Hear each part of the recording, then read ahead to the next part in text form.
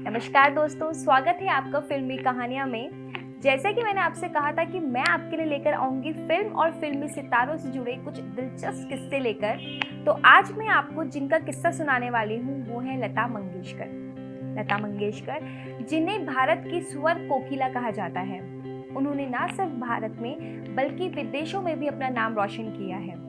आज मैं आपको बताऊंगी लता मंगेशकर के स्ट्रगल से जुड़े एक छोटे से किस्से के बारे में, और साथ ही कैसे वह कभी स्कूल नहीं गई लेकिन फिर भी उन्होंने घर बैठे बैठे सारी भाषाओं का ज्ञान लिया। लेखक यतेंद्र मिश्रा ने अपनी किताब में बताया है कि लता मंगेशकर एक बार अपनी फुफेरी बहन के साथ उनकी पाठशाला में गई, तो उनके टीचर ने पूछा कि आपके साथ ये कौन है। तब लता मंगेशकर तपाक से बोल पड़ी कि मैं मास्टर दीनानाथ मंगेशकर की बेटी हूँ। टीचर ने बोला कि अरे वो तो महान गायक हैं, तो क्या तुम हमें कुछ गाकर सुनाओगी। इसके बाद वो टीचर उन्हें स्टाफ रूम लेकर गई और लता मंगेशकर ने उन्हें कुछ गाने सुनाए।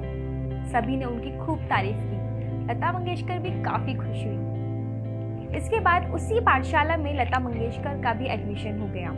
लेकिन लता मंगेशकर अकेले नहीं बल्कि 10 महीने की अपनी छोटी बहन आशा को लेकर भी साथ चली गई। वह आशा को गोद में लेकर नीचे बैठ गई। अब मास्टर जी आए। मास्टर जी ने लता से पूछा कि ये कौन है, तो वह बोल पड़ी कि ये तो मेरी बहन है। मास्टर जी ने तुरंत गुस्से में बोल दिया कि यहाँ पे बच्चे नहीं अलाउड, तुम इसको लेकर कल से मत आना।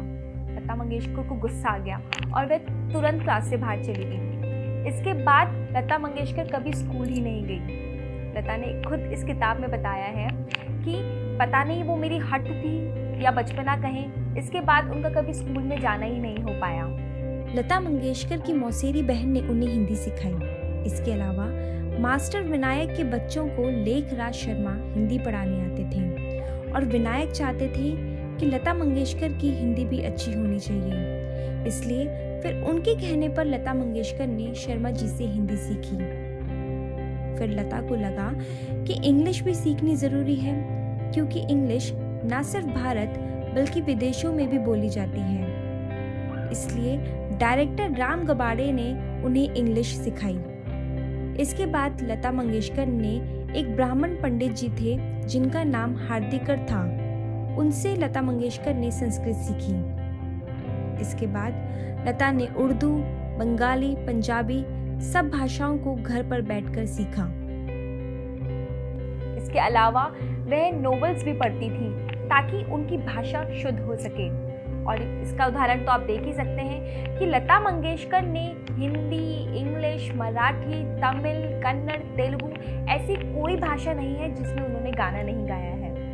यानी कि लता मंगेशकर ने साबित कर दिया कि भले ही आप स्कूल नहीं गए हो, लेकिन अगर आपके अंदर ज्ञान लेने की जिज्ञासा है तो आप कहीं से भी सारा ज्ञान ले सकते हैं। अब बताती हूँ मैं आपको उनके स्ट्रगल से जुड़े एक छोटे से किस्से के बारे में। ये तो आप सब जानते ही होंगे कि लता मंगेशकर जब छोटी थी तब उनके पिताजी का निधन हो गया था। अब क्योंकि लता मंगेशकर अपने भाई बहनों में सबसे बड़ी थी, तो घर की सारी जिम्मेदारी उनके ऊपर आ गई थी। यही वजह है कि लता मंगेशकर ने 13 या 14 साल की उम्र से ही काम करना शुरू कर दिया था। उन्होंने फिल्मों में एक्टिंग भी की। उसके बाद उन्होंने गाना गाना शुरू कर दिया। यतेंद्र मिश्रा ने अपनी किताब में बताया है कि जब उन्होंने लता मंगेशकर से पूछा कि पिता द्वारा सिखाई गई ऐसी कौन सी सीख है जिसे वह आज तक फॉलो करती हैं, तो उन्होंने बताया था स्वाभिमान। लता मंगेशकर ने कहा था कि चाहे उनकी जिंदगी में कितनी भी दिक्कतें आई हों, लेकिन उन्होंने कभी अपने स्वाभिमान पर ठेस नहीं आने दी। यानी कि उन्होंने कभी किसी के सामने मदद के लिए हाथ नहीं फैलाए। उन्होंने इससे जुड़ा एक किस्सा बताया था कि जब वह काम कर रही थी तब उनके पास इतने पैसे नहीं थे कि वे इस्त्री किए हुए कपड़ों को पहन सके। तो लता मंगेशकर राशन की 12 रुपए की साड़ी लेती थी। इसके बाद उसको धोकर रात भर अपने सिरहाने पर रख देती थी। सुबह वो साड़ी सिरहाने पर रखने की वजह से ऐसी लगती थी जैसे कि इस्त्री करके रखी हो।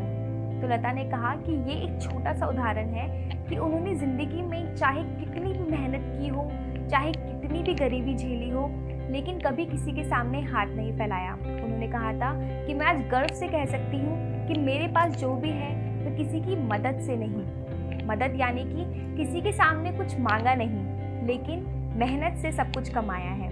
उन्होंने कहा था कि आज मैं सबके सामने गर्व से कह सकती हूँ कि आज मेरे पास जो भी है वो सब मेहनत के बल से है।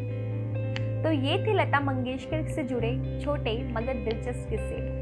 तो अगर आपको लता मंगेशकर के और भी किस्से के बारे में जानना है तो आप हमें कमेंट करके बता सकते हैं। साथ ही अगर आपको किसी और सितारे के बारे में भी जानना है या किसी फिल्म से जुड़ी कोई जानकारी चाहते हैं तो आप कमेंट करके बता सकते हैं। तो अगली बार मैं मिलती हूँ एक नए किस्से के साथ। अगर आपको मेरा वीडियो अच्छा लगा तो लाइक कमेंट शेयर ज़रूर करें। साथ ही मेरे चैनल को सब्सक्राइब करना ना भूलें और बेल आइकन ज़रूर दबाएं ताकि जब अगली बार मैं एक नया वीडियो लेकर आऊँ तो आपको ज़रूर अपडेट मिले।